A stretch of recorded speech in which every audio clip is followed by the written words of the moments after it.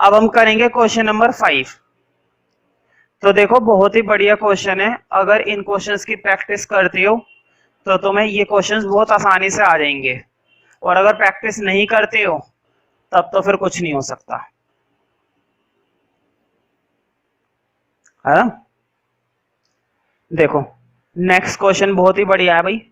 ये एक्स के ऊपर क्यूब लगा हुआ है, जहां तक है क्यूब ही है। लिखो y equal to x cube log x, है ना। y equal to x cube log x। ध्यान से देखकर बताओ, x एक अलग फंक्शन और लोगारिथम एक अलग फंक्शन, है ना भाई। x एक अलग फंक्शन और log एक अलग फंक्शन, और दो फंक्शन आपस में क्या हुए हुए, मल्टीप्लाई। जब भी दो फंक्शन आपस में क्या हुए हुए होते हैं, मल्टीप्लाई, तो ऐसे में एक रूल लगाते हैं। कौन सा रूल? प्रोडक्ट। ऐसे में एक रूल लगता है, कौन सा वाला रूल लगता है भाई? Product rule. तो करो भाई, y का डेरिवेटिव कर दिया dy अपॉन में dx, है ना। अब इधर प्रोडक्ट रूल लगाऊंगा, पहले वाले का डेरिवेटिव। मुझे बताओ एक्स क्यूब का डेरिवेटिव करना है, तुम्हें मालूम है ना पावर आगे आ जाती है। एक्स क्यूब का डेरिवेटिव 3 आगे आ गया, 3x स्क्वायर, ठीक है। दूसरा as it is log x, ठीक है, प्लस अब पहला as it is x cube, दूसरे का डेरिवेटिव। बताओ log x का डेरिवेटिव क्या होता है? अब ये भी करा है 1 अपॉन एक्स। log x का डेरिवेटिव क्या होता है? 1 अपॉन एक्स। भाई जो भी एंगल होता है वो एंगल अपॉन में आ जाता है ना। तो log का एंगल क्या है? x, और वो x कहां पर आ गया? अपॉन में, ठीक है। तो देखो सेकंड डेरिवेटिव करेंगे, लेकिन थोड़ा सा रुक कर, मैंने बताया है तुम्हें हमेशा पहले थोड़ा सॉल्व कर लिया करो। सॉल्व क्या करना है वो देखो। देखो इधर तो कुछ नहीं हो सकता, इधर तो खैर ऐसे ही उतार दो। इधर सॉल्व करना है, देखो इधर बोर्ड पे ऊपर एक्स क्यूब नीचे एक्स, एक पावर कट सकती है ना। मुझे बताओ 3 में एक पावर कैंसिल हो गई, एक्स की पावर 2 ही तो बची बस। भाई ऊपर क्यूब था और नीचे एक्स की पावर 1 थी, 3 में से एक पावर चली गई, कितनी पावर बची? 2 ही पावर बची बस। कितनी पावर्स बची हैं? सिर्फ और सिर्फ 2 पावर, ठीक है। अब करेंगे डेरिवेटिव, सेकंड डेरिवेटिव अब करेंगे, है ना। तो देखो लिखो d2y अपॉन में dx स्क्वायर, सेकंड डेरिवेटिव करने वाला हूं। और अब तो तुम्हें आ जाना चाहिए भाई, बहुत ही बढ़िया क्वेश्चन चल रहे हैं, इतनी कोई बहुत बड़ी तोप चीज नहीं है, आसान से क्वेश्चन से। देखो इधर मुझे बताओ, इधर देखो वर्ड पे फिर से x एक अलग फंक्शन और लोगारिथम एक अलग फंक्शन, फिर से कौन सा रूल लगेगा? Product rule. लेकिन यहां पर एक्स स्क्वायर है, क्या एक्स स्क्वायर में तुम्हें प्रोडक्ट रूल लगाने की जरूरत है? क्या एक्स स्क्वायर में तुम्हें प्रोडक्ट रूल लगाने की जरूरत है? नहीं, है ना। यहां पर प्रोडक्ट रूल लगेगा। देखो बोर्ड पे 3x स्क्वायर का डेरिवेटिव, बोर्ड पे देखो इधर 3x स्क्वायर का डेरिवेटिव, मुझे बताओ 2 आगे आएगा, 3 से मल्टीप्लाई हो जाएगा ना। जब ये 2 आगे आएगा तो ये 2 3 से मल्टीप्लाई होकर क्या बन जाएगा? 6, और ऊपर पावर कितनी बचेगी? 1। क्यों? क्योंकि 2 में से ऊपर पावर 1 कम हो गई, मैंने बताया ना एक पावर कम हो जाती है, ऊपर कितनी रह गई? 1। मैं डायरेक्ट लिख दूं 6x, कोई दिक्कत तो नहीं है भाई। 3x स्क्वायर का डेरिवेटिव क्या हो गया? 6x। देखो इधर 3x स्क्वायर का डेरिवेटिव हो गया 6x, दूसरा वाला एज इट इज, प्लस अब पहले वाला as it is 3x square ऐसे ही आ गया। दूसरे वाले का डेरिवेटिव बताओ, log x का डेरिवेटिव क्या होता है? जल्दी से मुझे बताओ, log x का डेरिवेटिव क्या होता है? 1 अपॉन x। log x का डेरिवेटिव कितना होता है? 1 अपॉन x, है ना। प्लस अभी ये तो बाकी है ना एक्स स्क्वायर, इसको भूल गए क्या? जल्दी से बताओ एक्स स्क्वायर का डेरिवेटिव क्या होता है भाई? एक्स स्क्वायर का तो याद होना चाहिए 2x, है ना, 2 पावर आगे आ गई। अब देखो इतना मत छोड़ना, हल्का फुल्का सॉल्व कर दो। सॉल्व क्या करना है, वैसे कुछ खास सॉल्व हो भी नहीं रहा है, ठीक है, लेकिन थोड़ा बहुत तो कर सकते हैं। देखो क्या कर सकते हैं थोड़ा बहुत, यहां से तो यही बचेगा 6x log x प्लस, यहां से देखो ऊपर एक्स स्क्वायर है ना, नीचे x है, एक पावर कैंसिल आउट, क्या बचेगा 3x। बताओ ऊपर एक्स स्क्वायर नीचे x, एक पावर कट गई ना, दो में से एक पावर कट गई, x बचा तो 3x आ गया, और उधर से क्या बचा प्लस 2x। मुझे बताओ 3x और 2x इन दोनों को जोड़ सकते हो ना? अगर कोई प्रॉब्लम ना हो तो मैं इसी स्टेप के अंदर जोड़कर लिख दूं। मैंने डायरेक्ट क्या लिख दिया 5x। तुम्हें दिक्कत, तुम लोग अगले स्टेप में लिख लेना, वरना घर पे जब रिवाइज करोगे टेस्ट के समय पर, पेपर के समय पर, तो कंफ्यूज हो जाओगे कि 5x कैसे आया, ठीक है।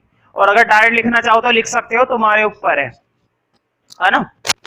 लेकिन मैं तो यही बोलूंगा कि अगले स्टेप में लिख लेना 5x, अगले स्टेप में लिखना ऐड करके 5x, तो ज्यादा अच्छा रहेगा।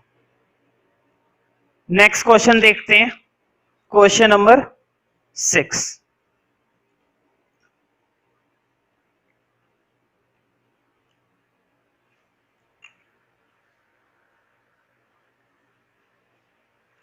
फाइंड द सेकंड, अब तो पढ़ते पढ़ते थक और गए, हर बार क्या निकाल रहे हैं सेकंड डेरिवेटिव, है ना।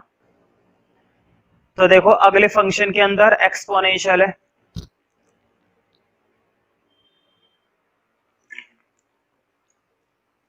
नेक्स्ट फंक्शन के अंदर क्या है एक्सपोनेंशियल, नेक्स्ट फंक्शन के अंदर क्या है भाई एक्सपोनेंशियल, है ना।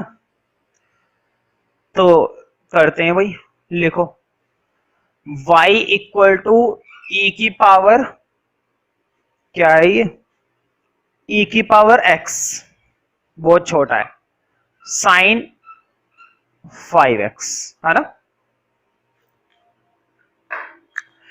मुझे बताओ एक्सपोनेंशियल एक अलग फंक्शन और साइन एक अलग फंक्शन है कि नहीं भाई। एक्सपोनेंशियल एक अलग फंक्शन होता है, साइन एक्स एक अलग फंक्शन होता है, दो फंक्शन आपस में क्या हुए हुए हैं, अब तो मैं बोलते बोलते थक गया हूं, दो फंक्शन आपस में क्या हुए हुए मल्टीप्लाई। और जब भी दो फंक्शन आपस में मल्टीप्लाई हुए हुए होते हैं, जब भी दो फंक्शंस आपस में क्या हुए हुए होते हैं मल्टीप्लाई, तो हम कौन सा रूल लगाते हैं प्रोडक्ट रूल, है ना। करो डेरिवेटिव dy अपॉन में dx। बताओ ex का डेरिवेटिव तो ex होता है ना, दूसरा वाला एज इट इज प्लस पहले वाला एज इट इज ex, दूसरे का डेरिवेटिव ध्यान से देखो वट पे, साइन 5x का डेरिवेटिव होता है cos 5x, साइन 5x का डेरिवेटिव क्या होता है cos 5x, लेकिन एंगल का बाकी है। बताओ 5x एंगल है ना, 5x का डेरिवेटिव क्या होता है 5। देखो 5 को एंड में ना लगाकर मैंने आगे लगा दिया, कोई दिक्कत तो नहीं है। 5 को मैं खामे का बिल्कुल एंड में लगाता, फिर अगला स्टेप करना पड़ता, फिर अगला स्टेप करना पड़ता, मैंने स्टार्टिंग में लगा दिया, ठीक है, कोई दिक्कत तो नहीं है। अब जरा ध्यान से देखो, सेकंड डेरिवेटिव करेंगे, लेकिन सेकंड डेरिवेटिव से पहले ना कुछ कॉमन आ रहा है, सेकंड डेरिवेटिव से पहले कुछ क्या आ रहा है कॉमन आ रहा है। क्या कॉमन आ रहा है मुझे बताओ, e की पावर x, e की पावर x, दोनों के अंदर e की पावर x कॉमन आ रही है ना। जब भी कुछ भी कॉमन आए जरूर लो।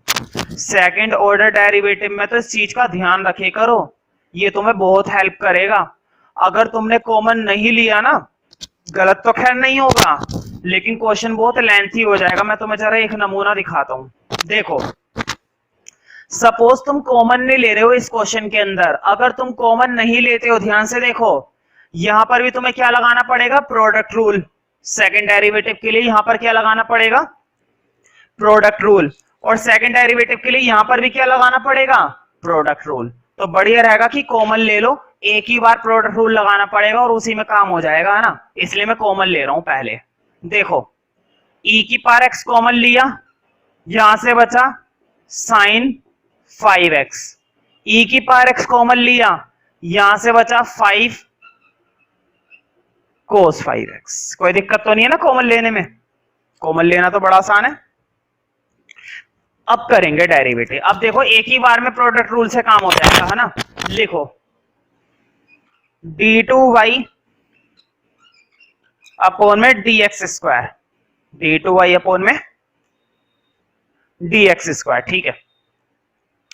ध्यान से देखो, एक्सपोनेंशियल बाहर एक अलग फंक्शन और अंदर पूरी की पूरी ट्रिग्नोमेट्री एक अलग फंक्शन।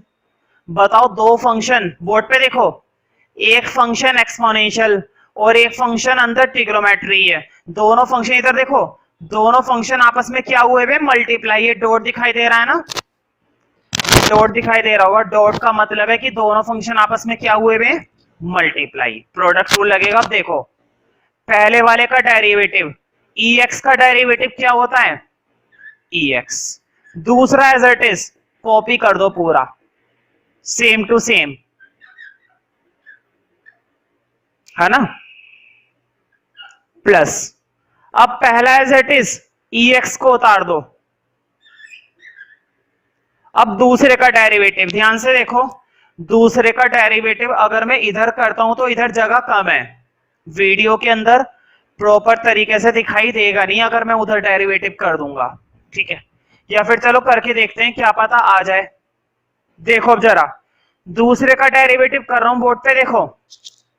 जब तुम दूसरे का डेरिवेटिव करोगे, बताओ साइन 5x का क्या डेरिवेटिव होता है? cos 5x, है ना। अब 5x का करना बाकी है ना।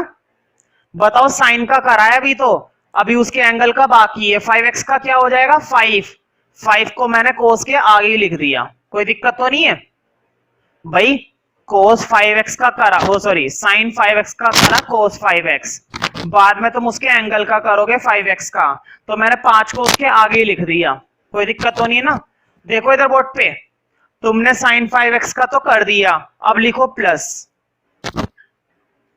अब तुम्हें करना है 5 cos 5x का। देखो 5 तो कांस्टेंट है ना, 5 को ऐसे ही उतार दो पहले।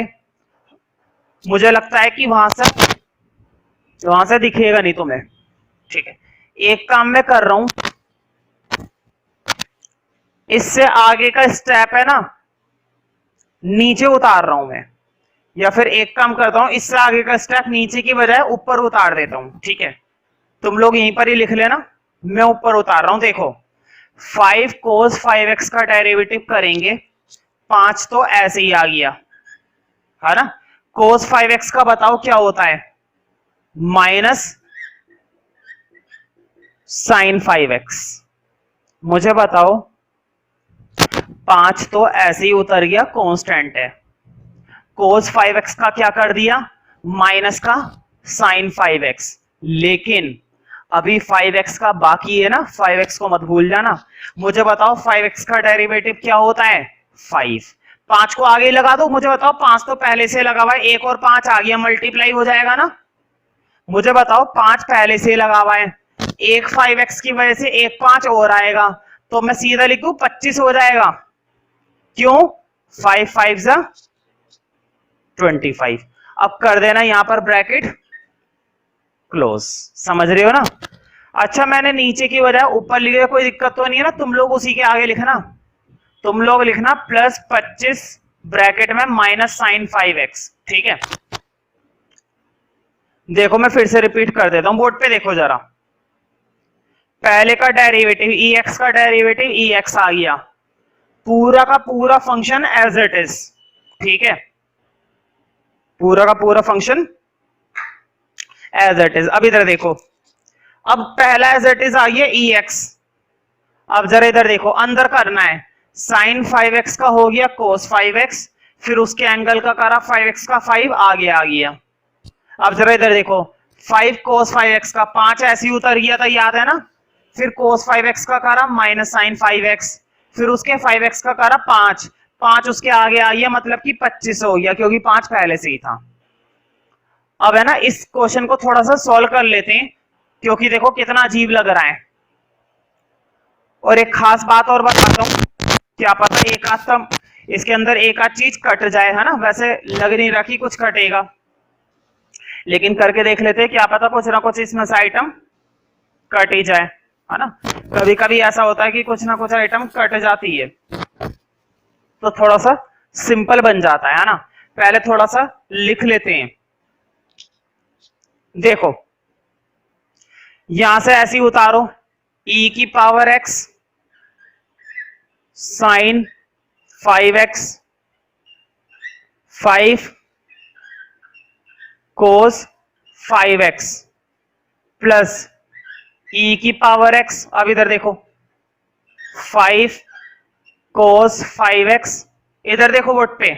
मुझे बताओ यहां पर प्लस है और यहां पर माइनस है, मैं सीधा प्लस माइनस माइनस कर दूं, ये लो माइनस, है ना।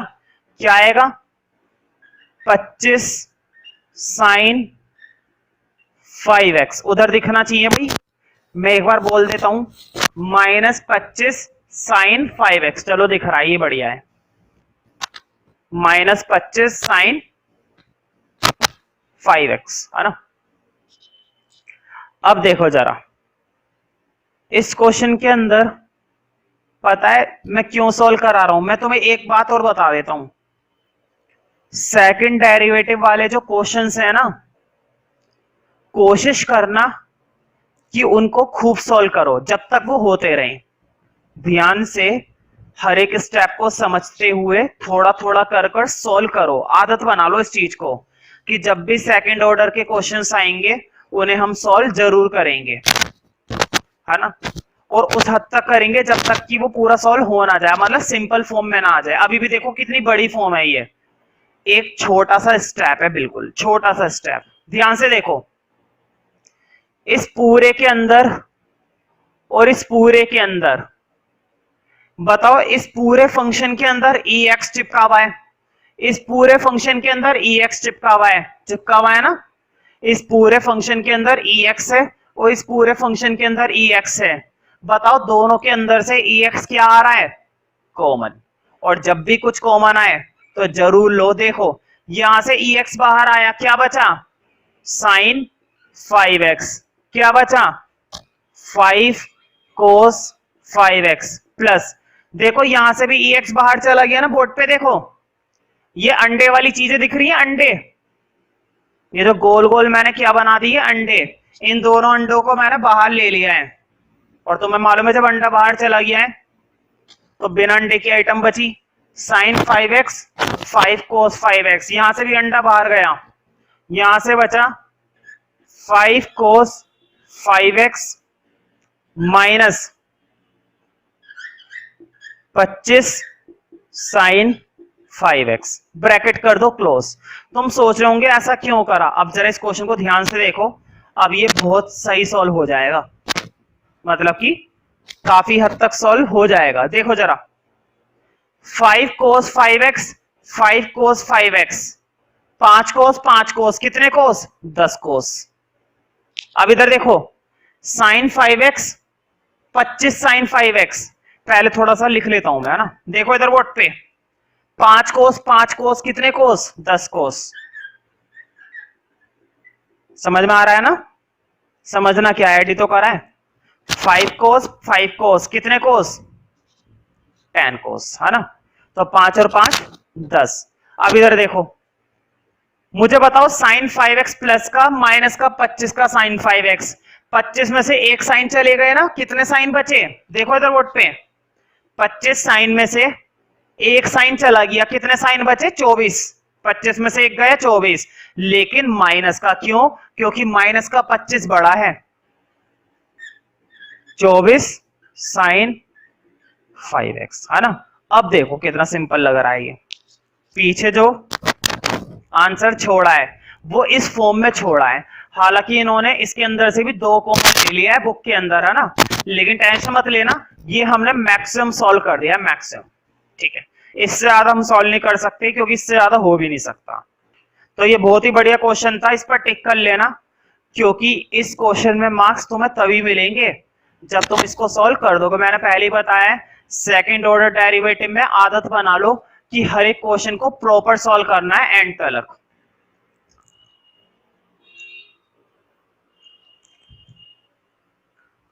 हर एक क्वेश्चन की एक आदत बनाओ कि उस क्वेश्चन को हम मरते दम तक सॉल्व करेंगे। मरते दम तक का मतलब ये नहीं कि मरने के बाद तक, मरते दम तक का मतलब है जब तक उस क्वेश्चन का सॉल्यूशन बहुत ही सिंपल ना बन जाए, है ना। अब तुम खुद देख सकते हो ये सिंपल फॉर्म है या ये सिंपल फॉर्म थी, है ना। अंधा भी देखकर बता देगा कि ये सिंपल फॉर्म है। कितनी बड़ी बात है, नहीं।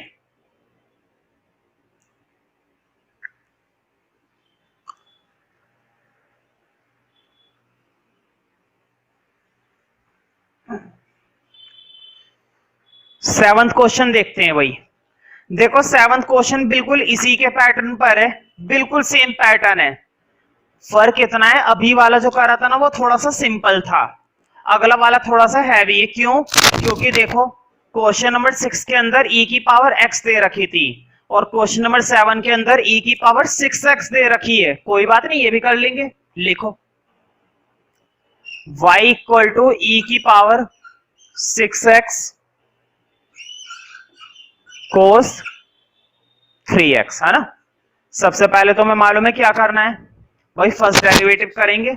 और बताओ दो फंक्शन आपस में मल्टीप्लाई हुए हैं ना, और मैंने तुम्हें बताया था जब भी दो फंक्शन आपस में मल्टीप्लाई हुए होते हैं तो प्रोडक्ट रूल लगाते हैं। लिखो dy अपॉन में dx, dy अपॉन में भाई dx। बताओ पहले का डेरिवेटिव तुम्हें मालूम है, एक्सपोनेंशियल का डेरिवेटिव सेम आता है, e की पावर 6 का डेरिवेटिव e की पावर 6x। लेकिन जरा ध्यान से सुनो, एक्सपोनेंशियल का तो सेम आता है लेकिन इसकी पावर क्या दिखाई दे रही है, 6x। उसका तो करना पड़ेगा ना। पिछले क्वेश्चन के अंदर सिर्फ क्या था, पिछले क्वेश्चन के अंदर सिर्फ ex था, इसलिए मैंने ex का डेरिवेटिव क्या करा, ex करा। ex का डेरिवेटिव क्या करा, ex। लेकिन इस क्वेश्चन में क्या है, e की पावर 6x, तो e की पावर 6x का डेरिवेटिव e की पावर 6x, लेकिन 6x का भी करेंगे। अब पहले तो x का इसलिए नहीं करा क्योंकि x का डेरिवेटिव 1 होता है, लेकिन 6x का 1 थोड़ी ना होता है। मुझे बताओ 6x का डेरिवेटिव क्या होता है, 6 होता है भाई, याद है ना। 6x का डेरिवेटिव कितना होता है, 6 होता है। देखो उस 6 को मैं बीच में ना लगाकर आगे लगा रहा हूं, कोई दिक्कत तो नहीं है। हाँ, दूसरा एज इट इज, दूसरा function as it is plus, है ना। देखो पहले का डेरिवेटिव, दूसरा एज इट इज प्लस, अब पहले वाला एज इट इज, दूसरे का डेरिवेटिव। मुझे बताओ कोस 3x का क्या होता है, कोस का डेरिवेटिव होता है माइनस साइन, है ना। लेकिन अभी उसके एंगल का बाकी है। बताओ एंगल क्या दिखाई दे रहा है, 3x। एंगल क्या दिखाई दे रहा है, 3x। मैं उस 3x का डेरिवेटिव 3 करूंगा और 3 को इधर लिखूं, बीच में लिखूं या आगे लिखूं, बिल्कुल आगे लिख दिया करो। बिल्कुल आगे का मतलब नहीं है कि यहां पर आके लिख दिया, आगे का मतलब है उस स्टेप से आगे, है ना। तो 3x का डेरिवेटिव एंड में लिखने की बजाय मैंने देखो यहां पर लिख दिया, कोई दिक्कत तो नहीं है ना। दिक्कत क्या होगी, है ना। अब फर्स्ट डेरिवेटिव को थोड़ा सा सॉल्व करेंगे, फिर सेकंड डेरिवेटिव करेंगे। देखो बोर्ड पे थोड़ा सा सॉल्व करने के साथ साथ कॉमन ले लूं। देखो e की पावर 6x, e की पावर 6x, 3 और 6 के अंदर भी तुम्हें मालूम है 3 कॉमन आ जाता है, 2 पर कटेगा ना, 3 2 6। क्यों ना मैं e की पावर 6x और e की पावर 6x और दोनों में से 3 कॉमन ले लूं। देखो जरा बोर्ड पे 2 मिनट के लिए फोकस होकर देखो, e की पावर 6x लिया और 3 भी लिया। जरा इधर देखो, बताओ 3 कॉमन ले लिया, 6 में से कितने पर गया, 2 पर। 3 दूनी 6 ना भाई। e की पावर 6x के साथ क्या था, 6 था, उस 6 में से मैंने 3 कॉमन ले लिया, 2 पर चला गया। अब जरा इधर देखो, मुझे पहले बताओ प्लस माइनस तो क्या हो गया, माइनस, है ना। और क्या बचा देखो, 3 भी कॉमन ले लिया, e की पावर 6x भी कॉमन ले लिया, सिर्फ क्या बचा, साइन 3x। अब तुम्हारे लिए डेरिवेटिव करना ज्यादा आसान होएगा। अब तुम्हें एक ही बार प्रोडक्ट रूल लगाना पड़ेगा और बहुत ही आसानी से तुम इस क्वेश्चन को आगे कर सकते हो। अच्छा लगे तो लाइक करो, नहीं अच्छा लगे तो फिर भी लाइक कर दो भाई यार, एक लाइक करने में क्या